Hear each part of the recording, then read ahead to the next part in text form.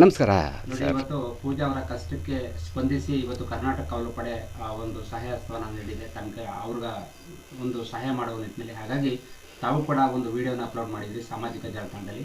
ಹಾಗಾಗಿ ಇದ್ರ ಕುರಿತು ಏನು ಹೇಳ್ತೀರಿ ಮಂಟಲಿಂಗೇಶ್ವರ?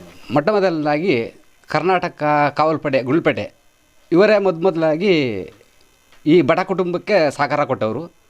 ನಾನು ಒಂದು ವಿಡಿಯೋ ಅಪ್ಲೋಡ್ ಮಾಡಿ ವಾಟ್ಸಪ್ಪಲ್ಲಿ ಆಗ್ತದಕ್ಕೆ ಅದನ್ನ ವೀಕ್ಷಣೆ ಮಾಡಿ ಅವರ ಅಳಿಲ್ ಸೇವೆನ ರಾತ್ರಿಯಿಂದ ರಾತ್ರಿ ಬಂದು ಪಾಪ ಈ ಬಡ ಕುಟುಂಬಕ್ಕೆ ಅವ್ರ ಕೈಲಿ ಆದಷ್ಟು ಸಹಕಾರ ಕೊಟ್ಟಾರ. ಇದೇ ರೀತಿ ಪ್ರತಿಯೊಬ್ಬರು ಸಂಘಟನೆಗಳು, ಸಂಘ ಸಂಸ್ಥೆಗಳು ಪ್ರತಿಯೊಬ್ಬರು ನಮ್ಗೆ ಸಹಕಾರ ಕೊಟ್ಟರೆ ಈ ಬಡ ಕುಟುಂಬನ ಸ್ವಲ್ಪ ಮೇಕ್ ತರ್ಬೋದು ಅಂತ ನನ್ನ ಅಭಿಲಾಷೆ. ಇನ್ನೇನು ಅಂದರೆ ಸರ್, ಅದು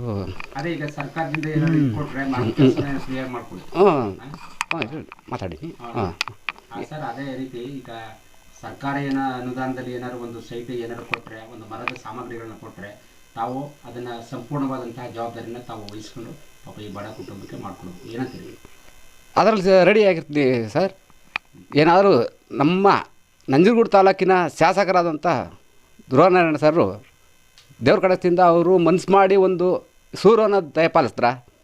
ಪೂರ್ತ ಮರಗೆಲಸ ನನ್ನ ಕಡೆಯಿಂದ ಮಾಡಿಕೊಟ್ಟು ಅವರ ಉಚಿತವಾಗಿ ಮಾಡಿಕೊಟ್ಟಿರ್ತೀನಿ. ತುಂಬ ತುಂಬ ಧನ್ಯವಾದಗಳು ಮಂಜಲಿಂಗೇಶ್ವರ ಅವರೇ. ಈ ಥರ ಒಂದು ವಿಶಾಲವಾದಂತಹ ಮನೋಭಾವನೆ ಇಟ್ಕೊಂಡಿರ್ತಕ್ಕಂತಹ ನಿಮ್ಮ ಒಂದು ಈ ಪೂಜಾ ಅವರ ಕಷ್ಟಕ್ಕೆ ಮಿಡಿಯುವಂತಹ ಈ ಒಂದು ಮಾತುಗಳನ್ನು ಕೇಳ್ತಾರೆ. ನಿಜವಾಗ್ಲೂ ಕೂಡ ಕರ್ನಾಟಕದ ಪ್ರತಿಯೊಬ್ಬರು ಕೂಡ ಈ ಒಂದು ಸಹಾಯ ಮಾಡೋ ನಿಟ್ಟಿನಲ್ಲಿ ಮುಂದೆ ಬರಬೇಕು ಅಂತಕ್ಕಂಥದ್ದು ನಮ್ಮ ಆಶಯ. ಹಾಗಾಗಿ ನಮಗೆ ಹೃದಯಪೂರ್ವಕ ಧನ್ಯವಾದಗಳು ಸರ್. ನಮಸ್ಕಾರ. ಧನ್ಯವಾದ.